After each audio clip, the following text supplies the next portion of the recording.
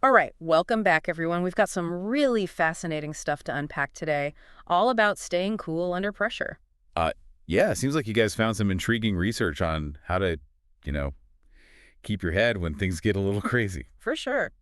We're diving into the 33 strategies of war, focusing on strategy #3. It's called Amidst the Turmoil of Events, Do Not Lose Your Presence of Mind. It's a good one. I know, right? And it's not just about not freaking out. It's about actually using that composure to gain an advantage. Yeah, like turning that calmness into a weapon. Exactly. We're talking examples from Ulysses S. Grant to Elon Musk, even Marcus Aurelius pops up. Whoa, that's a wide range. I know. Where do we even begin with all this? Well, I guess first we got to figure out what presence of mind really means, like in a strategic sense, right? Okay, yeah, break it down for us. So think of it as like mental clarity, but under pressure. The ability to step back from all the crazy emotions swirling around you. So it's not about ignoring those emotions. No, not really. It's more about like not letting them control you, making decisions with a clear head. Ah, okay. So presence of mind is more than just staying calm. It's like a skill you can develop and actually use to your advantage. Exactly. Think of it as a secret weapon or something. When panic takes over, that's when you start making bad decisions. Yeah, you're just reacting, not thinking strategically. Right. But when you stay composed, you become more of an observer. You can assess the situation, maybe see opportunities that others miss. So it's about finding that calm in the storm so you can actually think clearly. Yeah, and history's full of examples of this, like Ulysses S. Grant during the Civil War.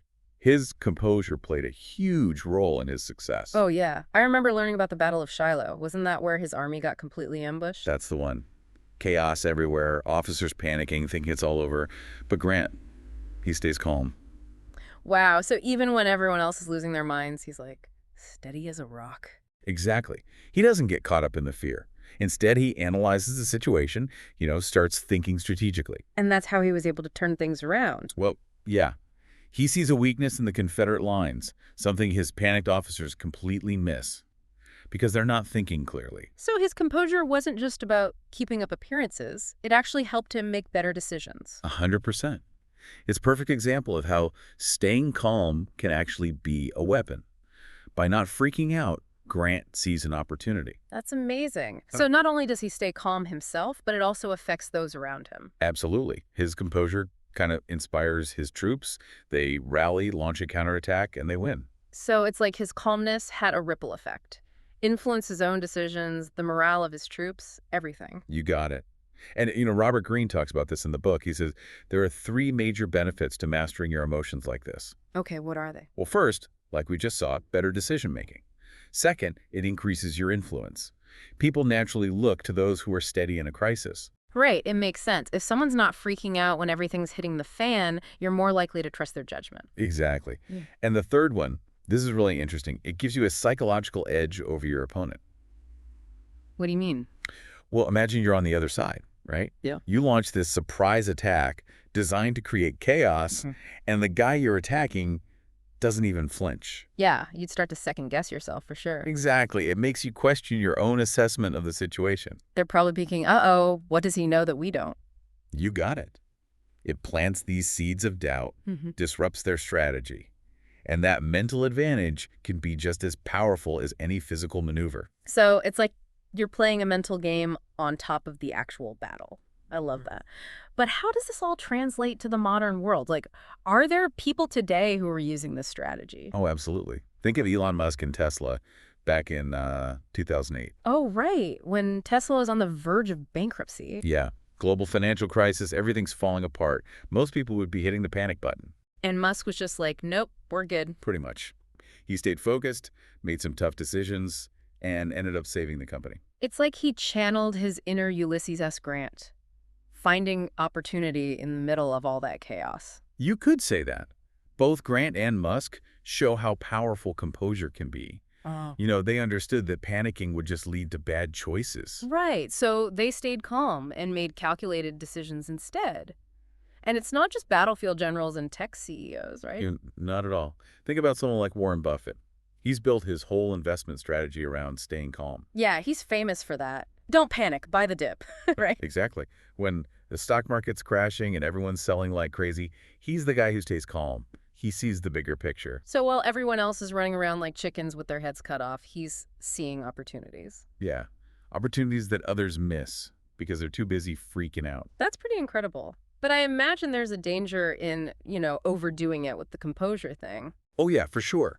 Staying calm doesn't mean you become inactive or just ignore reality. Right. It's about responding effectively, not just chilling out while everything falls apart. Right. It's about maintaining clarity of thought, being able to adapt. And there's a great historical example of what happens when you get this wrong. Napoleon's Russian campaign in 1812. Oof, that didn't end well for him, did it? Not at all. As Napoleon's army went deeper into Russia, things got really bad. Brutal winter, supplies running low, constant attacks. Sounds like a nightmare. It was. But Napoleon, he refused to accept how bad things were. So his composure backfired. You could say that. He became stubborn, clung to a plan that clearly wasn't working. Oh, so he mistook stubbornness for strength. That's a recipe for disaster. And it was. His army got decimated. It's a good reminder that true composure isn't about ignoring reality. Yeah, it's about being adaptable, knowing when to change course. Exactly. Napoleon's downfall shows how important it is to combine composure with pragmatism. Stay calm, but don't be afraid to shift gears when you need to. You got it. Okay, so we've seen how composure, or the lack of it, can literally shape history. Yeah, some pretty intense examples there. But, we're not all leading armies or running billion-dollar companies. Right. So how do we, the everyday folks, actually develop this composure superpower? How do we become more like Grant or Musk when things get tough? That's a great question, and it's something we'll definitely dive into. But first, let's take a quick break.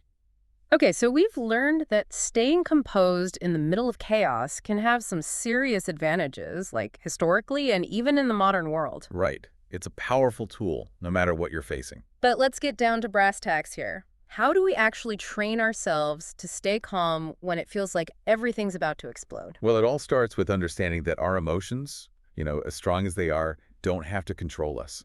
We can learn to manage them. Okay, so it's not about suppressing our emotions completely. Not exactly. It's more about not letting them run the show. It's about taking that energy and using it productively. So how do we do that? Where do we even begin? One surprisingly effective technique is, believe it or not, something as simple as deep breathing.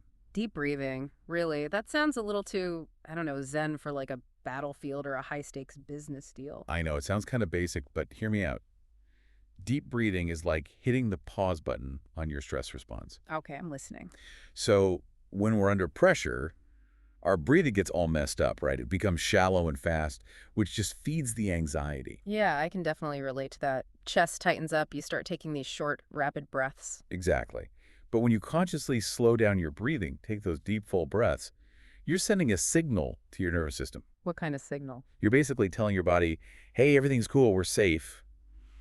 And that helps to calm your mind down. So it's like tricking your body into chilling out. Yeah, you could say that. It's a way to interrupt that panic cycle and give yourself some space to think clearly. I like it. Simple but effective. Are there any other techniques like that? Well, you mentioned meditation earlier, and that can be really helpful too.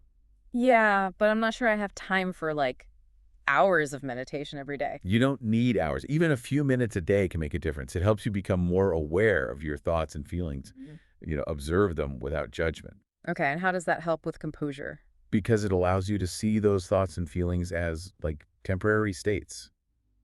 You realize they don't have to control you. So you're not your thoughts. You're the observer of your thoughts. Exactly. And once you've got that separation, you can start to choose how you respond to those thoughts.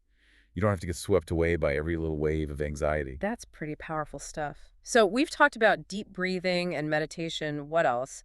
What about those times when you just can't seem to stop thinking about the worst-case scenario? Ah, yes. The classic catastrophizing trap. I fall into that one all the time. One small problem turns into a full-blown disaster in my mind. It happens to the best of us. The key is to challenge those negative thoughts. Ask yourself, what's the evidence for this catastrophic outcome?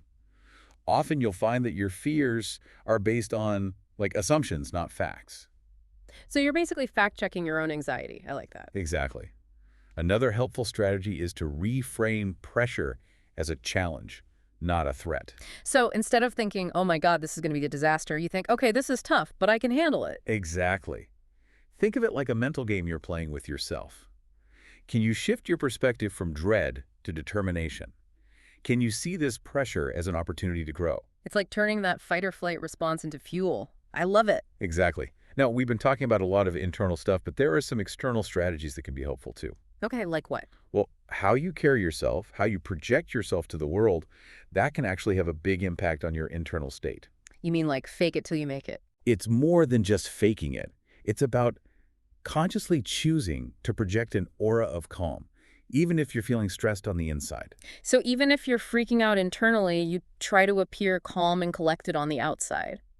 Exactly. And the crazy thing is, that actually helps to regulate your own emotions. Wait, so by projecting calm, you actually start to feel calmer. That's wild. It's like a feedback loop. Your internal state and your external behavior are constantly influencing each other. So if you act calm, you'll eventually start to feel calm. I'm gonna have to try this. It seems like there's a lot of overlap between these techniques for managing external pressure and those internal battles we were talking about earlier. Yeah, absolutely. A lot of the same principles apply. It's about awareness, detachment, and control, whether the chaos is coming from outside or inside. So how do we apply those principles to those internal struggles? Those battles with self-doubt and anxiety. It's funny, we've been talking about these strategies like we're like generals or something, but you're so right. Those battles we fight within ourselves, those can be the toughest ones. Yeah, for sure. I mean, think about it. When you're struggling with self-doubt or anxiety, Oh. it's almost like there's this internal saboteur working against you. So we need to use those same composure techniques, but like internally this time. That's the idea. It's still about awareness, detachment, and control. Recognizing those negative thought patterns, the doubts, the fears, and then choosing not to be ruled by them. Okay, so step one is like recognizing when those internal saboteurs are trying to mess with us. Exactly. Awareness is huge. A lot of times we're so caught up in our own thoughts and emotions that we don't even realize they're running the show. We're just on autopilot reacting to whatever's going on in our heads. Right. But once you start paying attention, you can start to see those patterns. The same self-sabotaging thoughts popping up over and over again. So just like we talked about observing the situation externally, we need to become observers of our own thoughts. Exactly. You got to create that little bit of distance. Instead of getting swept away by every thought, you can start to see them as like these passing clouds. They're there, but they don't have to control the weather, so to speak. Perfect analogy. And that's where mindfulness comes in. Oh, right. Mindfulness. That seems to be a recurring theme when it comes to like mental well-being. It's a game changer, really. By practicing mindfulness, we're training our minds to stay present, not dwelling on the past, not worrying about the future. Just being here now. Exactly.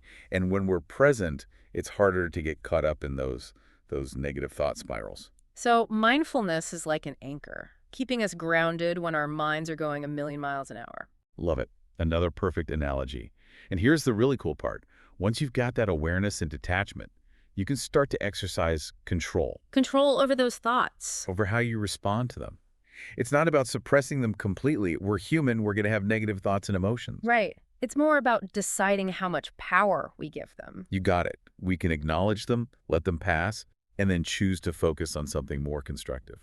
This makes me think about that idea of reframing pressure as a challenge. Can we do the same thing with internal struggles? Absolutely. Instead of viewing those internal battles as a sign of weakness, what if we saw them as opportunities to, level up our mental game? So every time we face down some self-doubt and come out the other side, we're getting stronger. Exactly. You're building mental resilience. Like hitting the gym for your mind. I like that. And speaking of mental strength, the Stoics were all about this. Oh, yeah.